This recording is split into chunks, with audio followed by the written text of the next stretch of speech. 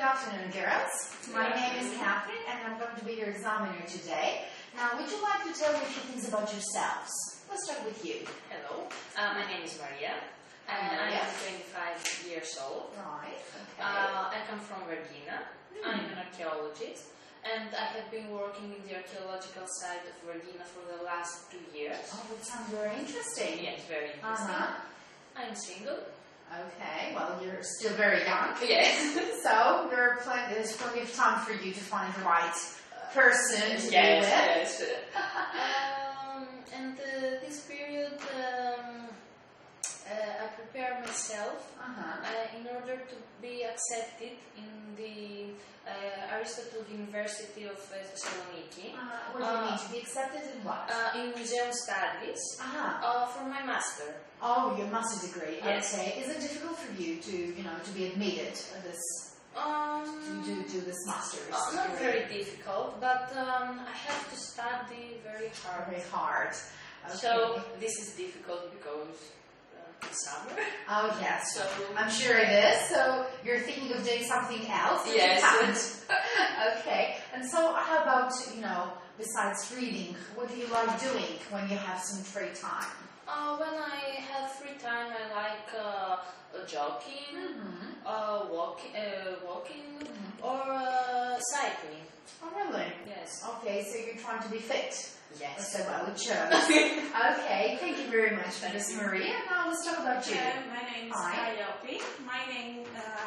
My full name is Calliope. My friends call me Poppy. Okay, that's easier for me to say. Yes, Calliope is ancient Greek and means beautiful looks. Oh, good. I'm a lawyer. I have been working as a lawyer here in Very for the past 8 years. I'm a lawyer of the first instance court. That's a rather difficult job, especially for a woman, isn't it? Yes, but it's interesting and I always liked it. Well, that's the good thing. Yes. And the reason that I'm here is because I really need this certificate in order to work abroad. I have already made an application to Brussels. Oh, really? And to Slovenia, to Ljubljana, to work there as an administrative employee or a human resources assistant. Oh, that sounds very interesting. Yeah. Do you this financial crisis has...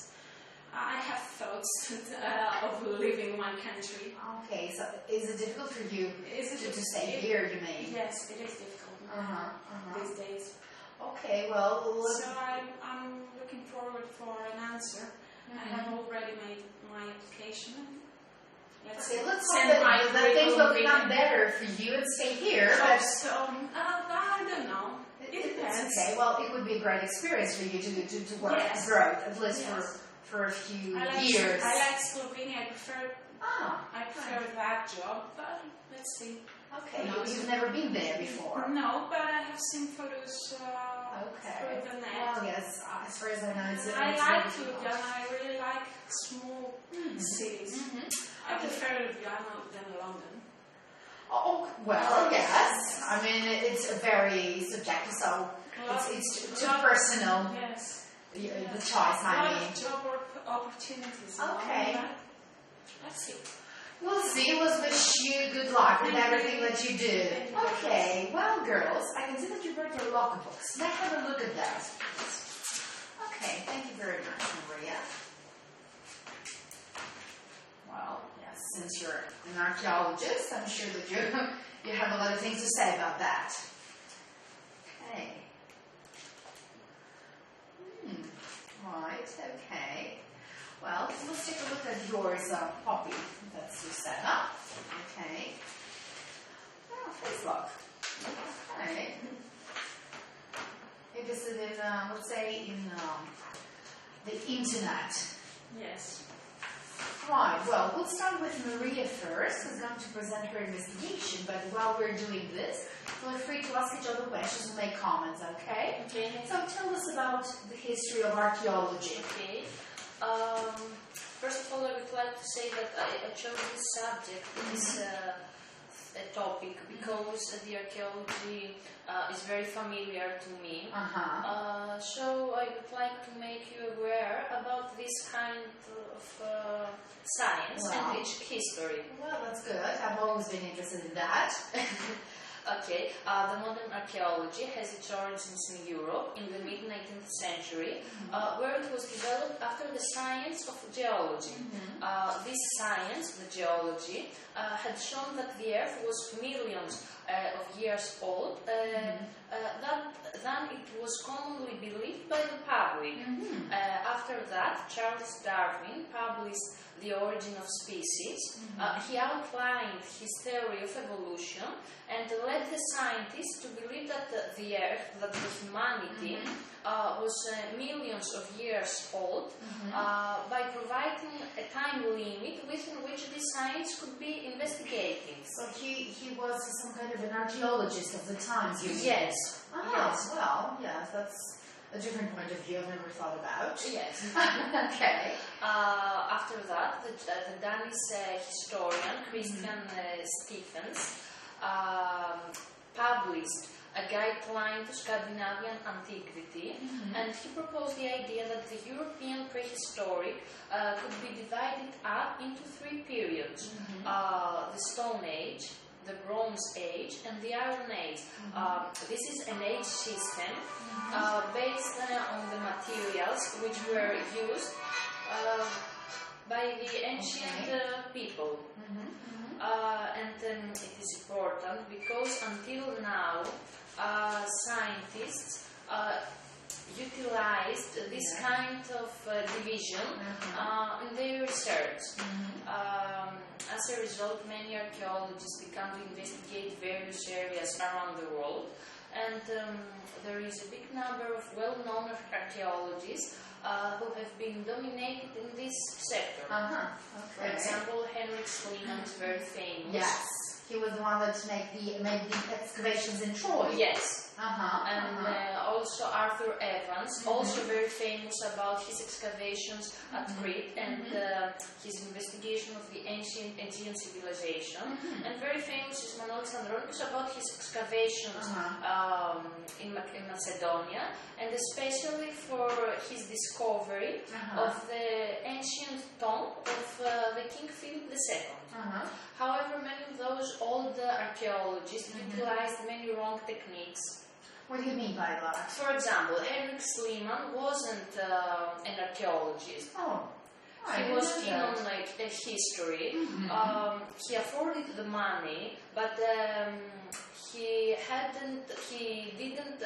wasn't an archaeologist. So he made a lot of mistakes in the field.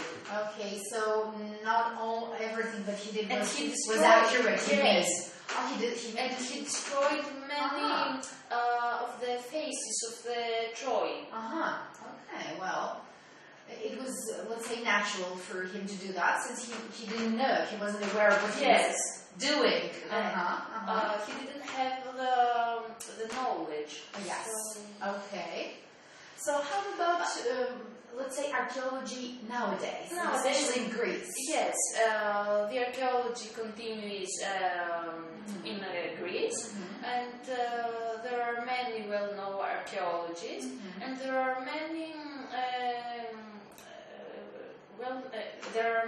techniques. For example, the maritime archaeology, not techniques, fields. Yes. For example, the maritime archaeology, the rescue archaeology,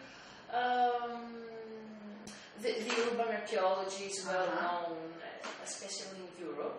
So there are specialized archaeologists for each, let's say, field? Or, yes. For example, can you do all of these? No. You must choose. You must choose. There are many. Okay, so what's your specialty?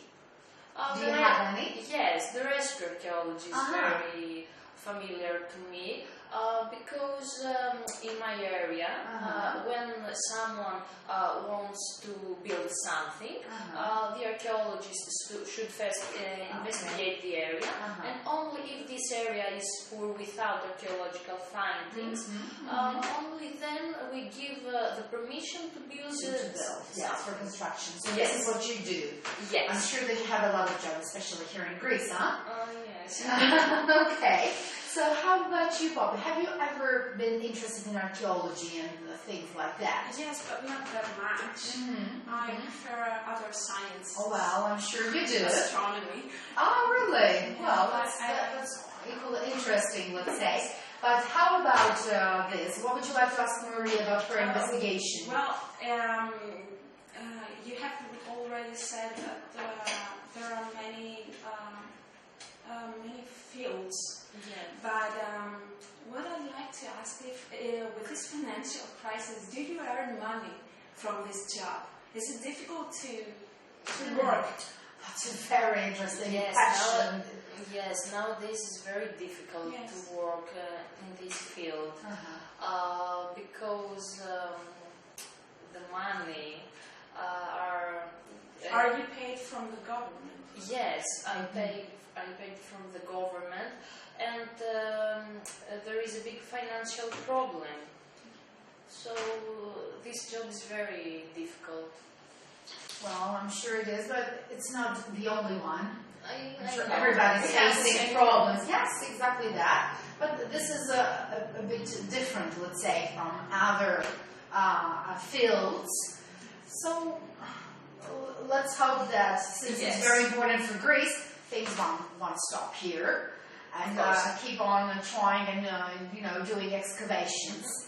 Okay, well that was very interesting. Thank you very much for your presentation, Maria. And now, Poppy, let's turn to you and talk about something completely different. Yes. Okay. Facebook then.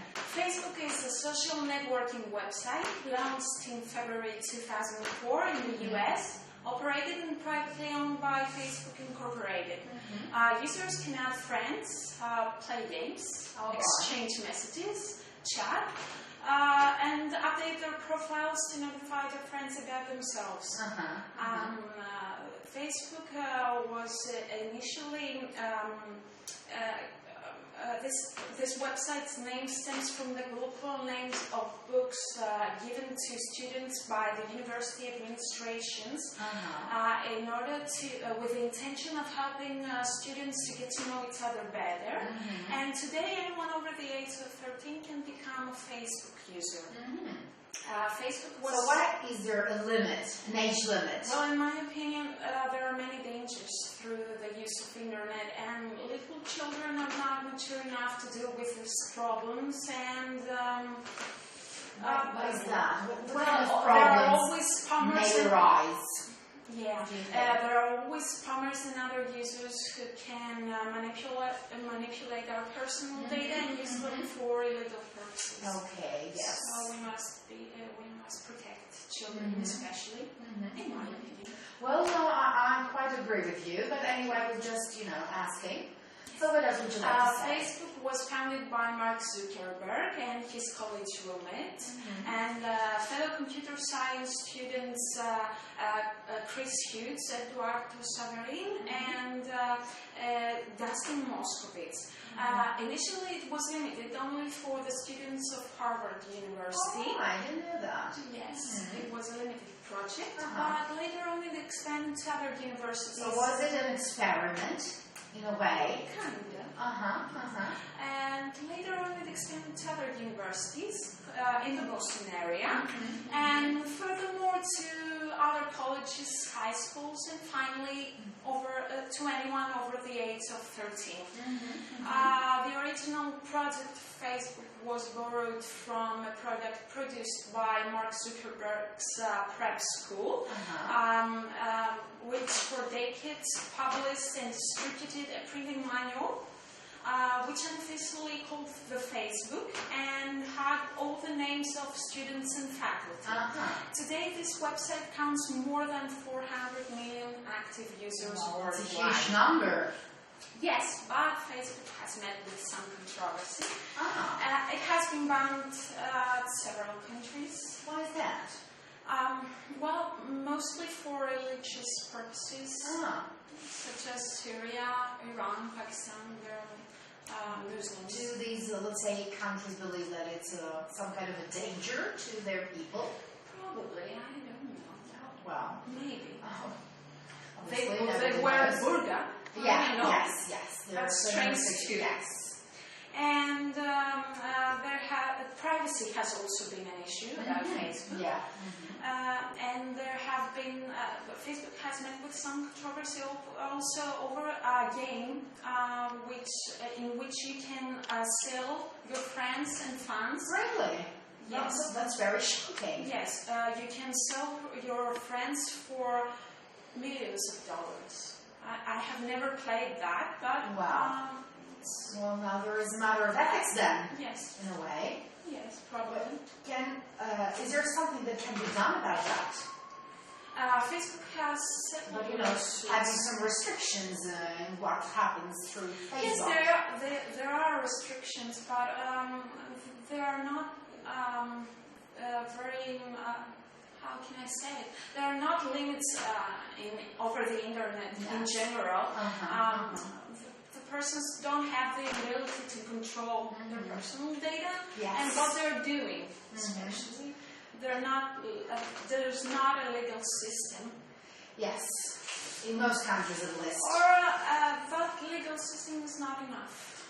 Probably. Well, they have to reconsider the whole thing because the thing with the internet and the Facebook is expanding so fast that, they have to keep up, let's say, with it. Anyway, why do you think that Facebook has become so popular, especially with teenagers? Because it's a way of communication nowadays. People don't have enough free time to go out and have drinks as we did it before, many years ago. Now it's a way to find information about someone you care. Well, that's an easy good way. thing. That's the positive. Yes. Let's say the optimistic part. But you can also find friends from college or from school. I have found friends, and that's interesting. Okay.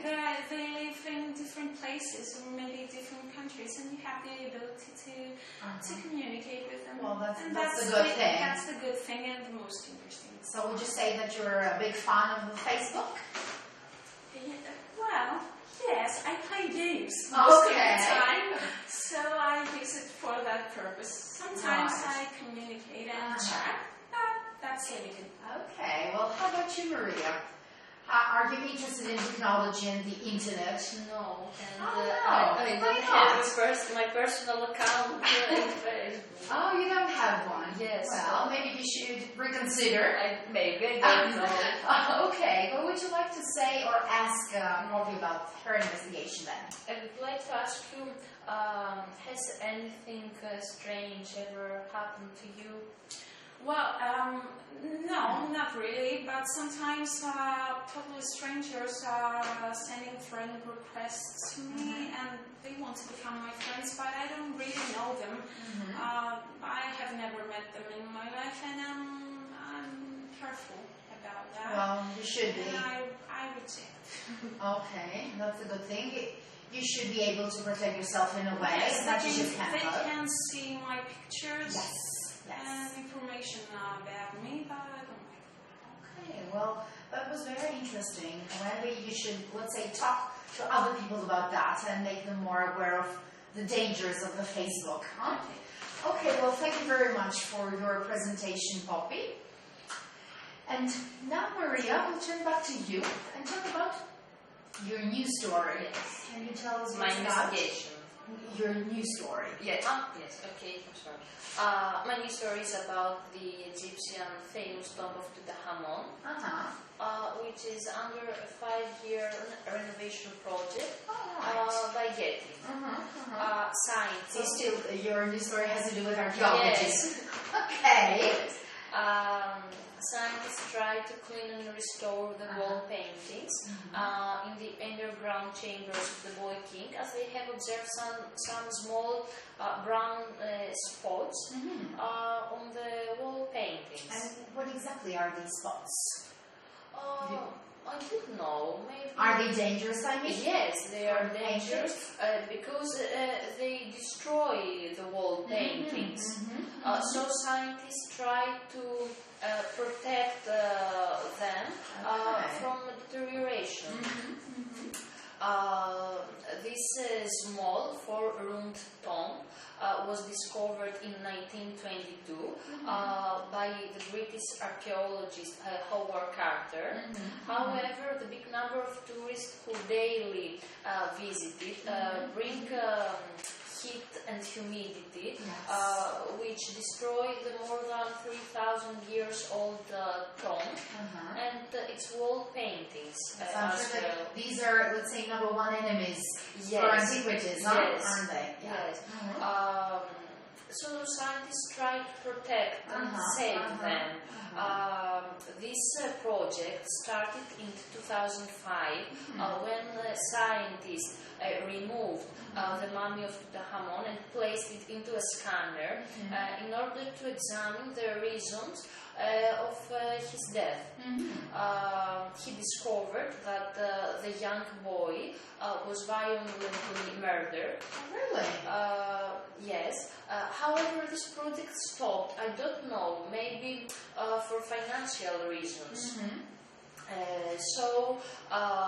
Where did this particular, let's say, project take place? In Egypt? Yes. So this period, the project will involve a 2-year research period in order to examine the reasons of deterioration, and other 3 years from the implementation.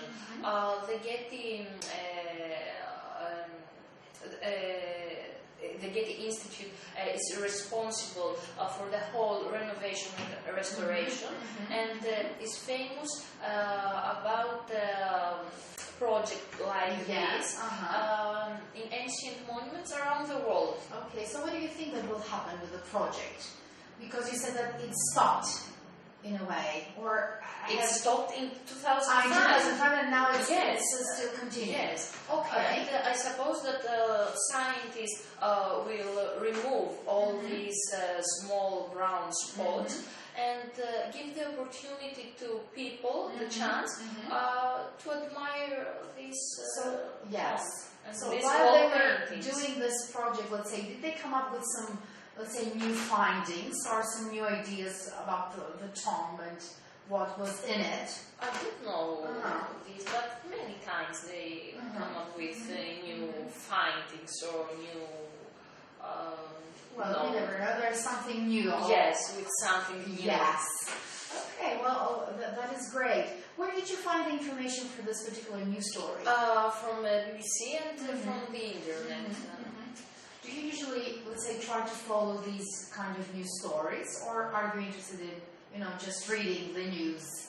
No, I read the news, but I especially read the news like this because I'm interested in archaeology. So I find these news very interesting.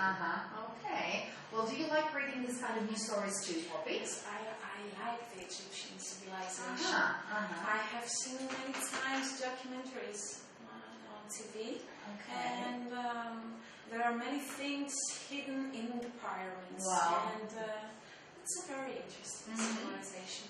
Yes, it is. I mean, it's all the mazes. I mean, it's very. They had the biggest library of all time. Yes, that's for sure. So, is there something you'd like to ask Maria about her news story? Yes. Why has this mummy drawn so much attention? Yeah, this is a very good question because Tutankhamun wasn't the most powerful or the most important king in Egypt. However, his treasures and all these documentaries, magazines, and books affected their image a lot, although he wasn't a very important person. Oh, he wasn't. No, but still, he became extremely famous, let's say. He is famous due to his the gold. Yes, that was found. Yes, about all these findings, his personal. Yes. Okay, well, that was very interesting. Thank you very much, Maria, for sharing this with us. And now we'll turn back to you, Poppy, and talk about your book. Yes. Which is? Memoir of a Geisha, which means right. Memories of a Geisha. Yes. It is a novel published in 1997 by Arthur Golden, and tells the fictional story of a geisha who lived and worked in Japan before and after World War II. So it wasn't based on a true story. No. Because this is what I thought. So would you like to tell us a couple of things about the plot? The novel is narrated from the point of view of Sayuri Mika, a retired geisha in her 70s living in New York City. And she is interviewed by a professor at New York University. And the story is told in a flashback format. She recalls her early childhood living as a young girl in a poor fishing small village in Japan. Along with her sister, she is sold by her elderly father and her dying mother in order to pay his debts, and she works as a maid. Her sister is sold to a brother, but she eventually succeeds in escaping, never to be seen by her again. And one day, while crying in the street, she's noticed by Kenny Yamura, a chairman, who buys her a nice snow cone and gives her his handkerchief with some money. She's inspired by this act of kindness, and she decides to become a geisha. And she falls in love with him. That's the difficult part. Yes. While working as a geisha, she spends time with the chairman. But she faces problems because she attracts other men seeking to become her patron. So that was part of her job, though, wasn't it? Attracting, let's say, other men. Yes, but she was in love with him, so that was her main goal. Yeah. I think. Her successful career is captured by the outbreak of World War II, and after the war she returns to June, her place, and then the German's business partner reveals to her that the time has come for him to become her patron.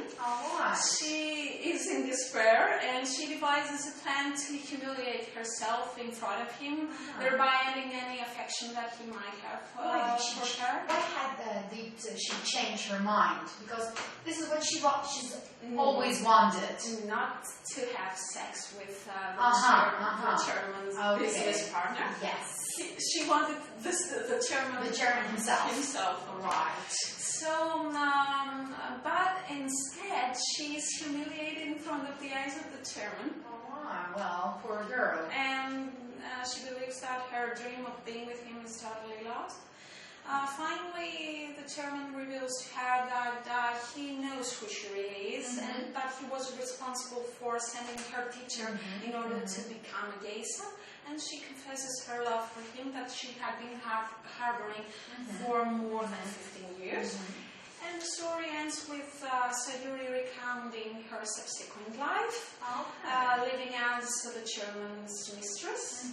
And not his wife. Not his wife. Why not? I mean, is there an explanation in the book about that? Because there were inheritance issues with his company, and didn't want it to cause problems. Yes. And there's a mention of a son she had with a German, and a relocation to New York City with her son. For this purpose, again, for the inheritance issues. And there are reflections of all the people in her life. Well, a very, very interesting story. Yes.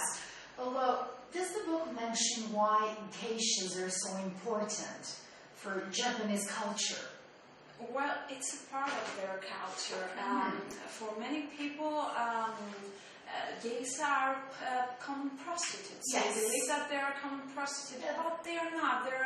There are traditional female Japanese entertainers whose goal is to entertain men in their tea houses, and they withhold sex through graceful seduction.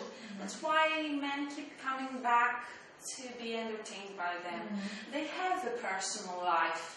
they have their own boyfriends whom they personally pick, but they are not prostitutes.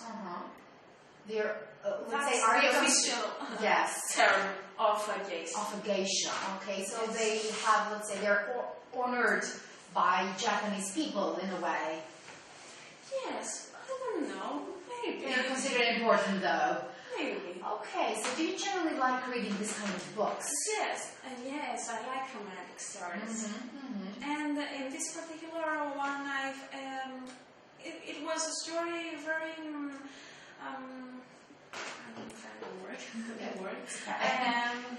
It was an original one concerning the facts and the characters. It wasn't too and romantic. The story, and the problems that the characters are facing. But I really had the chance to know a few things about their culture, the Japanese culture, and their civilization. Okay, that's a good thing. I found out what a geisha is. All right, yes, and now we know too. Okay, Maria, have you read this particular book too? No, I haven't read this book. So how about now that you've heard some things about it? I find it very interesting. But I don't know, what is the patron? Patron used to be a wealthy man that supported the Tieexams of geisha financially. So they had to have a patron in a way. Yes. It was a must. Huh? Yes. Okay, well. I It's don't different know here. what the patron actually did. Maybe had sex with one of them, I don't know. Or maybe some kind of a protector for them. Yes. Well, we don't know. Support them. Yes, to support them. Yes. Okay. It's a completely different, let's say, culture that we're not aware of, but it's okay. We have to understand a lot of things. Okay, well, that was very interesting. Thank you very much for this, Poppy. And now, girls, I'd like you to do something while I just listen. I want you to take a look at these photos. They are photos of natural disasters. Now, I would like you to tell me, how do people react in such situations and why? Discuss. First of all, I would like to say that in the most of cases, people usually lose their temper in natural disaster, and this is very wrong. And they lose their control and they get panic. For example, in the case of the earthquake, they jump from the windows and they kill themselves. So this is very bad for them. Well, in my opinion, the destructive forces of nature are always a traumatic experience, not only for little children, but for the adults also. People's reactions are frustration, panic, as you have already said, and they must act with more controllability. In a case of a typhoon or in a volcano eruption, people have enough time to prepare themselves and gather food. So, I don't know. They don't have to panic that much in some cases. And I believe that they must be aware about how to react. There are many informative campaigns which inform them about how to react. I believe that school can play an important role in this matter also, because they can transform a frightening event into a learning experience. So do you think that these things can be taught? Yes, in a way. Oh, they can. Have you ever had such an experience? I mean, an experience of a natural disaster, like an earthquake, for example. Greece has a lot of them. Yes, So, I had the chance. how did you react? I knew from school that I had to stay out of the down of a table. And I did that thing, and when the earthquake stopped, I ran out of the house. Maria, how about you? Yeah, I had this experience before many years. Yes. An experience in an earthquake. And the first thing I remember was that I want to get out of my house. Well, this is the first thought that I everybody don't know has. if this is, I believe that this is wrong. Well, yes, according to specialists, it's wrong. Yes. This is what you're not supposed to do. This was a bad reaction. Yes. But still, while you're looking at this disasters, which one do you find more frightening for you? For me? Well, for both of you. Personally, I am afraid of water. Personally, Really? I don't know how to swim, and flutes are something that I'm afraid a lot. I don't say that all the other things are less frightening. frightening, but I don't know how to swim, and I don't know how to react in a case like that. Maybe you should, control this fear. Maybe I should learn how to swim. That must be a very good idea, very useful. Maria? For me, very dangerous is the fire because you don't have the time to react and protect yourself because it's very quick. Yes. Well, all of them are extremely, let's say, frightening. And then let's hope that they don't happen at all, or at least not very often. Well, girls, thank you very much for this discussion. It was very interesting.